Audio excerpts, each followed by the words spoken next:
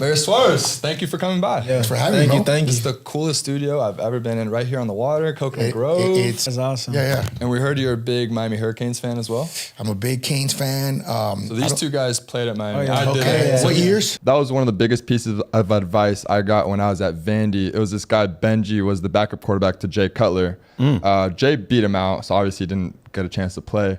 But so he works in finance now. I had lunch with him back 5 years ago, and he was like, because you know how the boosters are going on the jet with you. Yeah. And they're at practice on the sidelines, but usually you're so worried about what you're doing. And you think you're big time, like, I don't need a network. Kind of like what you were talking about with your teammates. Yeah. And he was like, you need to do the exact opposite and literally talk to everybody possible. And that's what I started doing at Vandy. Yeah. So it's cool that you started mentioning that. Yeah. And like people that I wouldn't even think would respond started responding to emails just because I was a current player. And then like you said, like once you're done playing, it's like, it kind of seems like you're more desperate more than anything. Yeah, it's the levity, man. I haven't asked you this in terms of like how it was at OU when Link left, because I have the other piece of when he came to USC, but I guess you don't really hear often like boots on the ground. How was it? Because it was so shocking. Like there was so many other candidates that we were looking at, and it wasn't until like the last day or two that it was like, hey, we're gonna get Lincoln Riley. And as a quarterback, I'm like, yo, this is crazy. Like this dude coached the last 3 or 4 Heisman Trophy quarterbacks. I'm like, let's ride.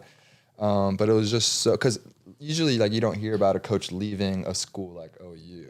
And even on Twitter, I see everyone like OU fans are still salty, man. Salty. So salty. It was crazy because like the way the whole thing went down, it was just like, it didn't feel real. Like, I want to ask you about that 2012 run you guys had at Notre Dame. Yeah. It's so memorable for a lot of reasons. Obviously, 12-0, the national championship, the way it went, everything that happened with Manti, obviously with the documentary. Everyone knows that story. I don't know if you just have any kind of insight, like behind the scenes. Did you guys know that was a really special team you guys had? Because that was your 5th year, right? Yeah, that was my last year, and we had been a very average football team. We were so good at football that our head coach got fired after my sophomore year. Is there ever a coach in your career, collegiate career, where you're like, okay, that's a guy I want coaching me? Maybe you didn't get the opportunity to, but you're like, if that guy was my coach or I had the opportunity to work with him, it'd be night and day difference. I think at the on the spot here. Yeah. Well, it's honestly kind of a layup because I was with Coach Riley at SC. Yeah. And I didn't choose him. Like he came in, I came under Coach Helen, right? And I love Coach Helen. But Lincoln Riley's offensive schemes are second to none. At least at the college level. To me, he's the best schemer of football. And playing quarterback, like this dude's last 3 or 4 guys all won Heisman trophies. So I'm like, dude, this is as good as it gets. And unfortunately, I got injured, and Caleb came in, and the whole 9, everyone knows. But from a learning standpoint, being in those meetings every day, learning from a guy that smart, that's been through all those big games and championships, and that pedigree was really neat for me. Yeah. Justin Herbert is such a guy. He's He's funny going off. too. He's going to go off this year. Yeah, He's getting a lot of praise in camp, bro. Yeah, people. Gosh, and I've been saying it since. Really? You knew he was gonna be a guy? Since I got to Oregon, this guy is going to be an NFL Hall of Famer, and it's crazy how it's playing out for the man, and I'm so very happy for Freshman year, you're like, this guy's gonna be a Hall of Famer? 100%. Here with Dory Jackson. Who are the top 3 USC football players of all time?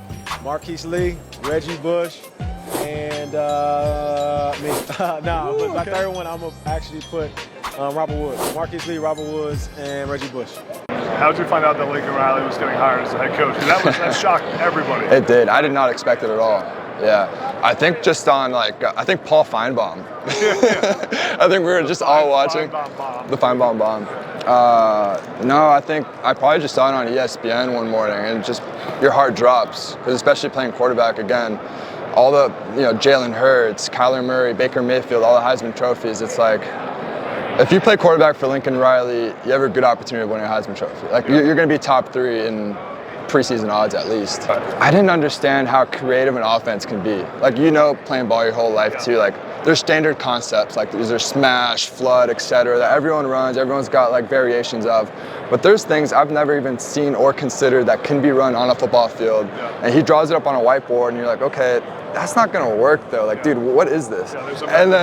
And then he's showing the teach tape of Kyler Murray throwing like an 80-yard bomb to like Hollywood Brown or something like that in the Big 12 championship. And you're like, oh, okay, it does work. And then Caleb goes and does it and wins a Heisman Trophy. You're like, All right. Caleb makes him look easy, though, right? When he does it. He does, man. He's special. He's What makes Caleb Williams so special as a quarterback? he's the most confident human being I've probably been around. I think Florida State's this year's TCU, and I'll tell you why. Max led a TCU team that no one thought would be anywhere near the Final Four. Now, I think Jordan Travis can be that same player for Florida State this year. You have listen now. You have, I'm listening. You know, I'm gonna be a little biased because I'm a Miami guy. No, I got you. You have a great supporting cast around Travis, who's a Heisman Trophy contender. In my opinion, a top 5 guy at his position going into this next year. I think so much of it's going to be quarterback play. Mm-hmm. The next piece is, again, schedule. I don't think the ACC is very daunting this season.